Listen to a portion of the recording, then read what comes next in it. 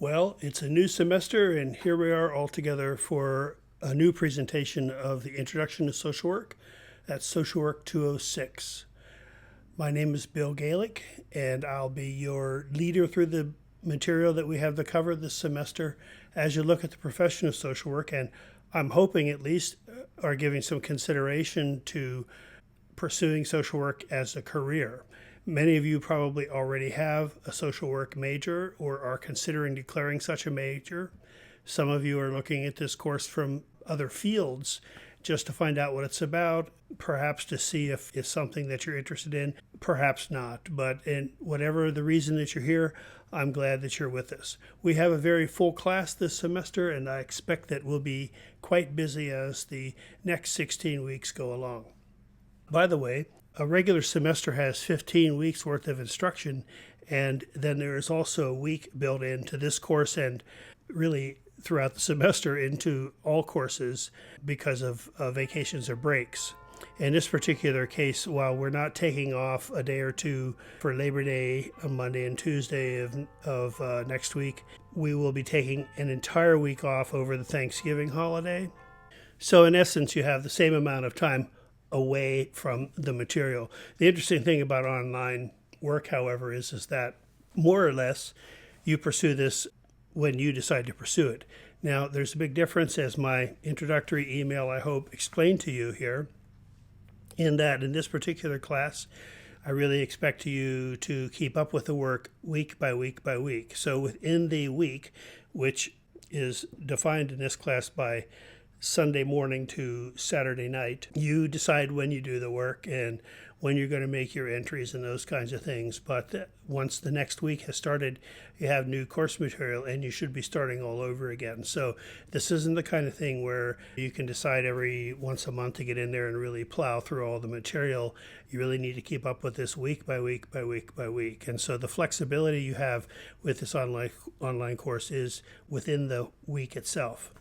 We don't have any face-to-face meetings in this class, and so this is what we call entirely asynchronous, and so it requires some discipline on your own part to make sure that you keep up with everything every week. I think I told you my name is Bill Galic, but I'll tell you again in case I haven't told you this already. I've been teaching for the University of Alaska in one capacity or another since the late 80s or early 90s. I originally taught in the classroom at Kenai Peninsula College for several years, in teaching courses, sociology, social work, and human services, depending upon what was needed semester to semester. And maybe 3-4 years ago, 5 years ago, maybe a little longer than that, I began teaching for the School of Social Work at the University of Alaska Anchorage, and less for the Kenai Peninsula College. My coursework has also migrated from entirely in the classroom to partially online and now fully online. And so even though I moved out of the state of Alaska in 2015 and I'm teaching this course from Indiana, I'm still able to continue, by the good graces of the university and the School of Social Work, to continue to share what I know about this material with you.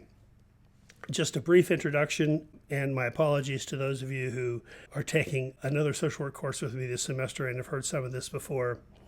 But just a little bit about me so that you know what my own background is. I had about 40 years of experience in the field of social work before I retired from full-time social work in 2014. Now, I have been teaching part-time all along, and actually since I've retired, my teaching load has increased quite a bit, and now I'm actually, I think, considered an 80% full-time faculty. And so that means I'm 20% retired now and 80% working, I guess. But in any event, my own background has a number of years in child protection work in Florida and in Alaska. I spent 19 years supervising the Kenai office of the Office of Children's Services and in various functions there, primarily in the later years focusing upon initial assessments or investigations of child abuse and neglect complaints and supervising the workers who conduct those investigations. But also supervised in the earlier years all aspects of the function of OCS work, from taking the initial report all the way through to placing children, in some cases, with adoptive families. So broad exposure in the child welfare field. I also spent 7 or 8 years working as an outpatient therapist with Central Peninsula Counseling Services.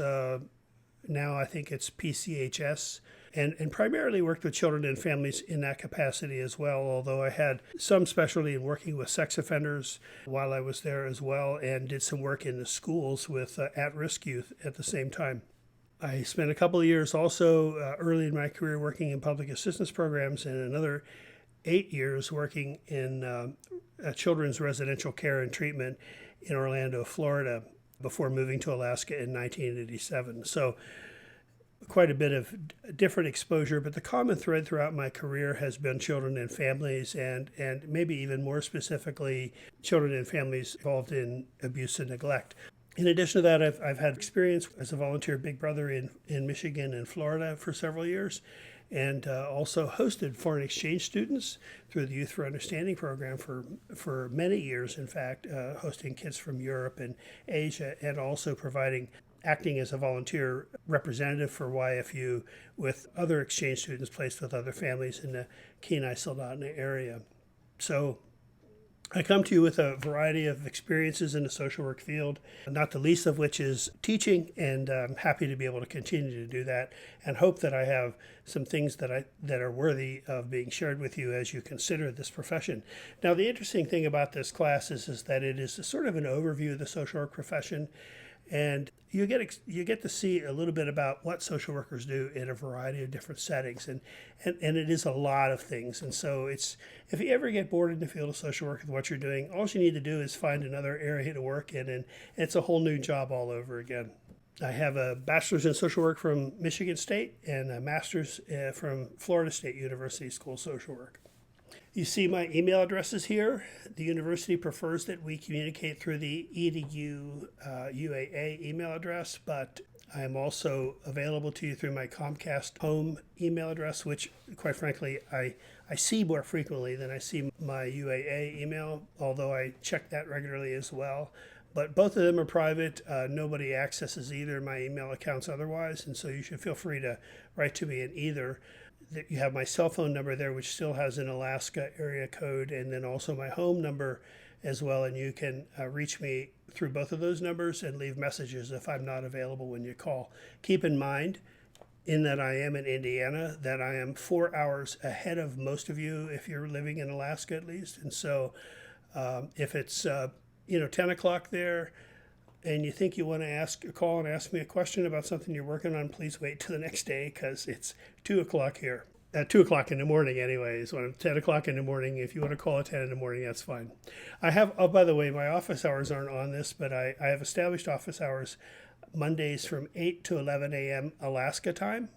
That is in the syllabus, by the way, but really, you can call me at any time or contact me whenever you feel the need, but I will try to make sure that I am near my phone and computers between 8 and 11 Alaska time on Mondays. So if you have trouble reaching me, please be sure to let me know. First, what our textbooks are. Now, there's two texts. This is the larger of the two, and this is the text that really touches on a variety of different things that social workers do. There hasn't been a new edition of this text brought out recently, and I'm watching for it, but it hasn't happened. It seems to be the case with a lot of textbooks I'm working from right now. But this still is very much up to date in terms of the issues that he mentions in each of the fields, and I think will give you a good exposure to the number of different things that social workers find themselves doing out there in the field. Now, the interesting thing I find about this book is that while it is, let's say, intellectually, it covers a lot of material, it really doesn't. To me, it doesn't have enough in there about the skills. Any kind of skill building stuff in terms of working with these various populations. And that's why we're working out of another book as well. And this is a smaller book, but still a very, very useful book called Working with People, written by Joanne Levine. Previous author was a social worker by the name of Naomi Brill. I believe Miss Brill died some years ago, but Miss Levine has picked up and has carried on with the text and has updated it a few times. Again, I'm waiting for another newer edition of this. But what I like about this book is that she really has sort of the feel for working with people and writes about different kinds of things you need to be aware of in working with people and how to deal with certain types of situations and types of problems with individuals, things to consider in your interactions with others. It's really a skill building kind of a book. And so I guess the Glicken text, the other text, is sort of the head part of the class, and the Levine book is the heart part, as far as if you want to kind of simplify it that way.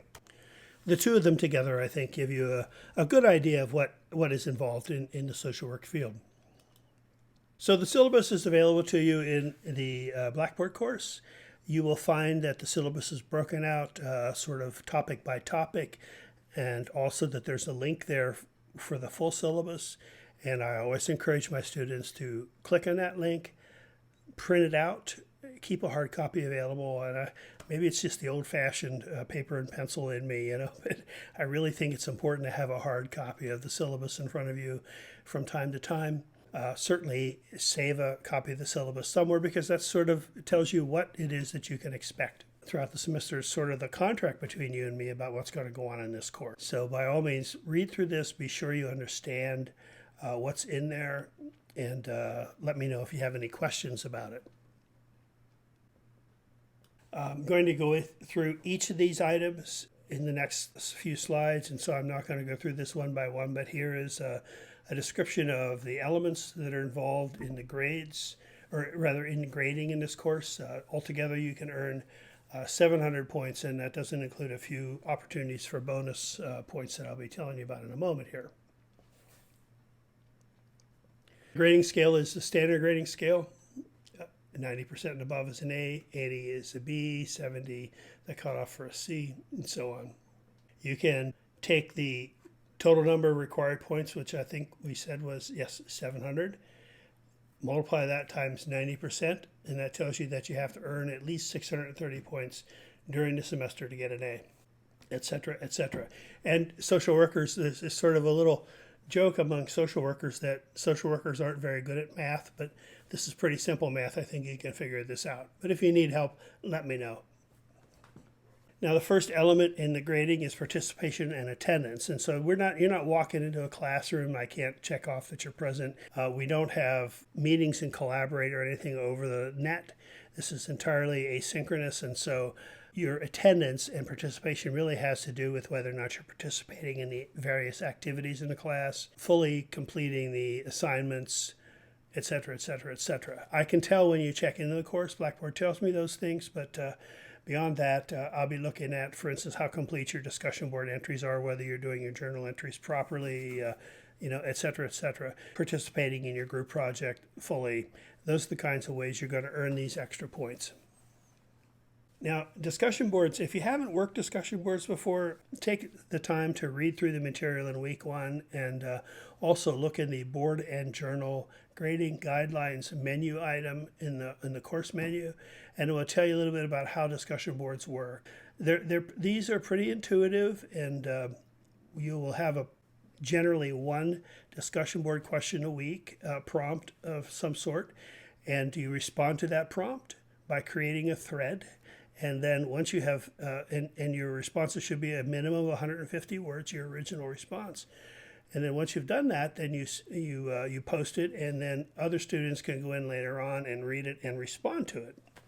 And so that's how you're going to earn points here. You'll make an original post within a week after the time that the learning unit opens.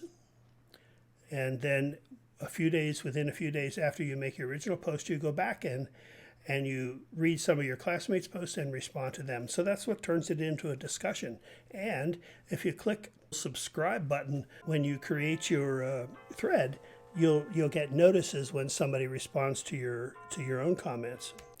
And so that's how this turns into a discussion. When you respond to a classmate's post, don't just say, I agree, I don't agree, but respond to it, And so if you have you can expand on something they've said related to the topic or whatever, but make it a meaningful response, not kind of a stock response. I'm not counting the number of times you make a post. I'm reading your posts and grading the quality of those posts.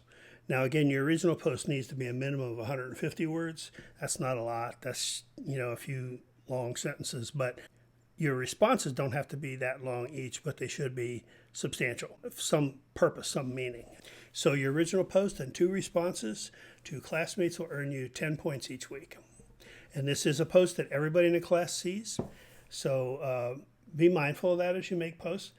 I will be reading and monitoring your discussion boards, and occasionally I will chime in on them. But this is something I consider to be a discussion between classmates about a topic I pose. And so while I'm watching and reading, generally I won't be participating in the discussion. I will join in occasionally, but not generally. Where you will hear from me are in your journal posts. And please make a note that I will respond positively or personally to you in each of your journal posts. So there isn't, you don't have a subscribe on these journal posts, and so there's really nothing to tell you that I've done that, except that when you see you've gotten a grade for the journal, you can pretty much be sure that I've responded to what you wrote.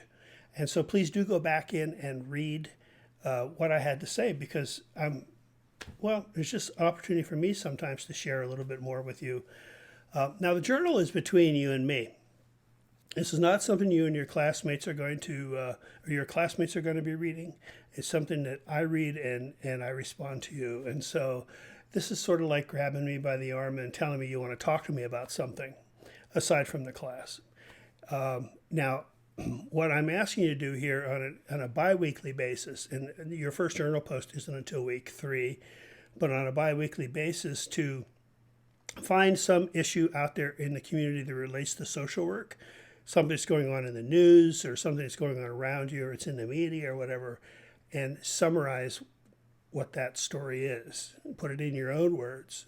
Take a news item, for instance, and just summarize what the news item was, and then write a reaction of 200 words or more, minimum of 200 words in your reaction to whatever it is that you wrote about. So a brief summary of the current event related to social work or social welfare, civil rights, those things. And then a commentary about your reaction to the item of at least 200 words. You should be trying to keep up with this and do this every other week. Keep this current if at all possible. This is sort of a current events issue. Current events assignment, rather. And it's intended to show you that all the kinds of things that are going on that social workers have to pay attention to. And certainly there are a lot of things these days. Oh, and so your journals every other week, they're worth 20 points each. You have 7 of them, so that's 140 points as well. Starting in week 3. So you're going to find a very thorough description of how your posts earn points in this week's learning unit, and also in a course menu item that's called Board and Journal Grading Guidelines. In that particular item, you'll find an example of an excellent journal article with the kind of format that I would like for you to follow, which is, identifying what the article is, the title, the headline, whatever, putting the source of the article, then you summarize it, then you react to it. So look in those guidelines and you'll see how to do that properly. You're going to be assigned to a group in this class, and group work can be complicated when you're working online. There are things you can do to make sure that you don't make it more complicated. But in any event, you're going to work with probably 4, maybe 3 or 4 other classmates on a particular project. And in this class, what we do is we look at various minority groups and look at all the issues that the group faces in society, the different kinds of systems of oppression that they have to deal with. Maybe some of the privilege that they have, whatever it might be, and particularly maybe focusing upon how all that is experienced in Alaska. Look at their history of the group and how that might impact them today, and so on. And so this is a good project, and it gives you an opportunity to learn about some of the minority groups in our diverse society. These will be not only racial minorities, but gender minorities and sexual orientation and so on and so on. You're going to have a workspace given to you. You can't see it in the course menu yet, but when I assign the project, you'll find the workspace called Your Project Group, and That is a place where only you and your fellow group members will access and be able to share materials, communicate with each other, and actually also access a collaborate function so that you can actually get into a collaborate room together through your group site. That's kind of a cool addition that Blackboard has added in the last year or so. And I know a lot of people like to work through Google and Google Docs and all of that, and also sometimes when people are close by, like in Anchorage, they get together at Starbucks. But some of you are spread out all around the state, and you don't have that option. But even if you work together in Google Docs, please understand that I cannot tell if you're meeting at Starbucks or you're talking on the phone or you're texting or you're working in Google Docs. The only way I know you're working together is when you work in your group site in Blackboard. I do get to look in there. I'm the one person aside from your group that gets to look in your group site. And so I want to see evidence that you're working together in that group site. When you have you'll have a due date for your project. You're going to turn in one paper together. All of you are going to go together, write one rather substantial paper, maybe about 5,000 words. So each of you you're going to decide how to divvy that up. And so you're each going to be presenting some written projects together. And that's got to be submitted with enough time that whoever it is your group decides is going to edits the paper so that it is one paper. It's not like 4 or 5 individual papers connected together, but it's one paper with 4 or 5 contributors. It's collaborating, right, into one project. And so it has to be edited, and that means all the written work has to be turned in ahead of time. And so everybody has to have their written portion turned into their group no later than a week before the final paper is due. So just keep that in mind. It'll be more about that as time goes on. This is 150 points, though it's a big portion of your grade. One way that I can make sure that you're working together, and this is why I tell you I want you working in your Blackboard group work site, at least occasionally, is through group check-ins. And so I will give you dates, 2 dates during the time of your group work that I'm going to go in and look and see if I see evidence that you're working with your group. That might be discussion board entries. That could be, you submit things into your file exchange. I couldn't think of the word for that. There's different ways, different tools you'll have there that will record that you've been working. And so twice during the course of this work, I'm going to check. You'll have those dates. And if there's evidence there, if you've left this footprint in there, so that I can see that twice that you've been in there at least, that you'll get 20 points for each of those times. Those dates will be announced when the groups are assigned. When your project is done and you turn it in to me, I will read it. I like to handwrite on those projects, and then I'll upload it back to you where you can each print out a copy if you want of your graded paper with my comments on it. But also I'm going to take a clean copy of your paper and post it in a discussion board forum, and your classmates will then read your paper, benefit from your research, and will participate in a discussion board about your topic. And you can participate with them. Likewise, then you'll go in and you'll read your classmates' papers as well. And these are the peer reviews. You're not reviewing, whether the paper was written with good form and all that. That's really my job. I want you talking about the topic with each other in this. That'll be 50 points. So you see, altogether, this term group project, 150 points. Your 2 check-ins are 40 points. Your peer reviews are 50, so that works out to 240 points out of 700 for the semester. So that's it's almost a third of your grade. There will be 2 tests during the semester. The first test is worth 50 points, the second worth 80. The second test is cumulative and will cover the entire semester, and will primarily focus upon the readings from the Day Shield text and from the Levine text. And so you do want to be reading, and that you'll be taking the test right there at your desk, in front of your computer, or on your phone, I guess, if you do it that way, in Blackboard. However, there are certain little guidelines. For one thing, when you open the test, you have a time limit. The first one, I think the 50-point test, you have a 90-minute time limit. I think there's 120 minutes for the second one, but once you've opened the test, you have to finish it. And if you haven't finished it within the allotted time, Blackboard will close the test, and that's your grade. So you can't like open the test and answer 5 questions and say, oh man, I need to read a little bit more, and then read a little more, and then come back like 5 hours later and finish the test. It'll be closed, and you have to start all over again. So keep that in mind.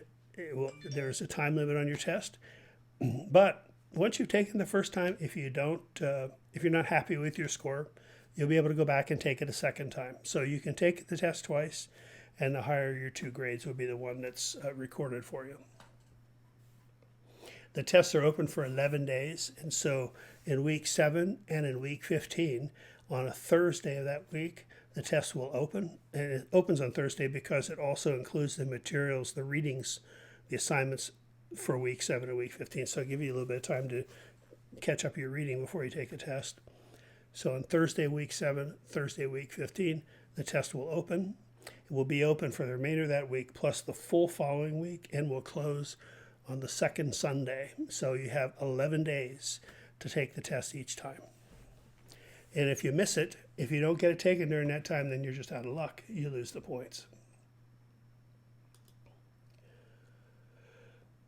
So your bonus points, gotta correct that. It would be 3 extra discussion boards during the course of the semester. So 3 different times there's going to be 2 discussion boards, and you'll have an opportunity to earn up to 30 bonus points that way. 10 points may not seem like a whole lot, but later in the semester you may wish you had them. And so I would encourage you to respond to both discussion boards each week. If you choose to do only one, it doesn't matter which one. Either one of them is fine. But if you do 2, that's when you get your bonus. You probably noticed that the course opens to announcements. It's very important that you be sure that the new announcements are always in the top, and it's very important that you be sure you know what's in those announcements. I will be sending you emails with those announcements each time I post it. So you should be getting emails about it, but double check to make sure you've seen them all. This is sort of important material. That's sort of like I'm standing in front of the class saying there's something I got to tell you before we get started that you need to know about. Always check your announcements. Always check your emails regularly. Weekly course contact to me is the most important link in the course, because that's where all the course material is your coursework, your assignments, and where you access things like your discussion boards and journals. Incidentally, there are links on your course menu for discussion boards and journals. I don't recommend that you access your weekly discussion boards that way, because you're missing course content. You know, it's the whole idea why the course is structured the way it is, so that you have the reading assignments, then you have the lectures, then you have the discussion boards and the journals, because you should be doing the reading and listening to lectures before you do the discussion boards. Don't skip right to the discussion boards. I put those links on that course menu just for your own convenience, in going back, for instance, to respond to classmates' posts and check in to see if I've responded to your journal entry, those kinds of things. But don't use them as the primary way of accessing those grading elements, please. You'll look for a minimum of 7 or 8 items in each week's weekly course content. Sometimes there will be more than this, but you will almost always have, these items, with the exception of the scrapbook or the journal link, which will be not weekly, but bi-weekly. And So you won't see that every week, but otherwise everything will be there every week and a journal every other week. If you're not seeing all these items, you're missing a lot of the course. And that includes the opening and closing slides, which are things that I've written and involve things that I want you to be thinking about. And it's fully intended to help you kind of integrate this material better. You'll also find the lecture slides without audio each week as well, so that if you, sometimes students want those, after they've listened to a lecture or whatever. Those are my notes basically. So there you have them if you want them. I don't really know that for most of you that I need to talk about Netiquette, but we'll do this anyway because I've had last semester in particular, maybe it was the semester before, last year somewhere, I had a few situations where students would make humorous comments and they offended one of their classmates. And I know that the students' comments were intended to be totally humorous and were made with goodwill. I mean, it just was that student's style of communicating. And in the classroom, accompanied by body language and tone of voice and all those other kinds of things, would definitely come across as humorous. But when it's written, it isn't always seen that way. The other thing we need to keep in mind is even in the classroom setting, sometimes there are people who have had life experiences that make them particularly sensitive to some things that most of us aren't sensitive to. And while it may seem that to us that they're overreacting and being silly or whatever, they're not. And so this is just to tell you that we need to be very careful about how we put things. And it doesn't mean that you have to, you have to like anguish over your wording or anything like this. But just remember, sarcasm doesn't come across well in email, in communication. Other people read what you write and they may not take it the way that you intended to be taken. So try to be, straightforward with what you say, and keep in mind that your intent isn't something that comes through in what you write. It's really just your words.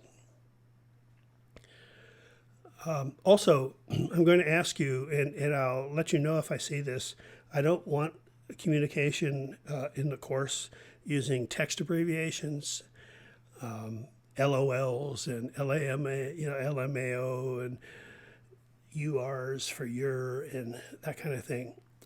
Write out your words. This is a college academic classroom, and we should be communicating with each other professionally, educationally. When somebody does say something that seems insensitive to you, try your best to be forgiving and to give them the benefit of the doubt. If you need to, you might drop a line to that person and just point out to the person, how you took something they said or that you didn't understand it. But try to be forgiving. If something goes over the line and it's just not something you can tolerate, of course, I want to know about it, and we'll deal with it as I need to deal with it properly. This week's discussion board is, by the way, for those of you that are taking Social Work 106 with me as well as Social Work 206, don't post the same discussion board in both forums. And I'll say this also for your journal posts. You're taking 2 classes. You need to give me two different items. So I'll call that if I see it. But this is sort of your opportunity to introduce yourself to your classmates. And here's some ideas of things that you might write about. I'm particularly interested in what brings you to social work in this particular discussion board, perhaps, and what area of social work in particular do you think you might be the most interested in? What population do you want to work with? That kind of thing. But also more things about yourself and your background and what brings you to this class. share that and let us get to know who you are a little bit this way. I encourage photographs at any time, not only in this discussion board and all of them. I just think that it makes boards much more interesting, but they're not required. I want pictures of yourself, pictures of your family, your friends, your, the last vacation you were on, whatever it might be, your puppy dog. You'll probably see a picture of my dog before too long anyway. So just, feel free to add a little color to your posts.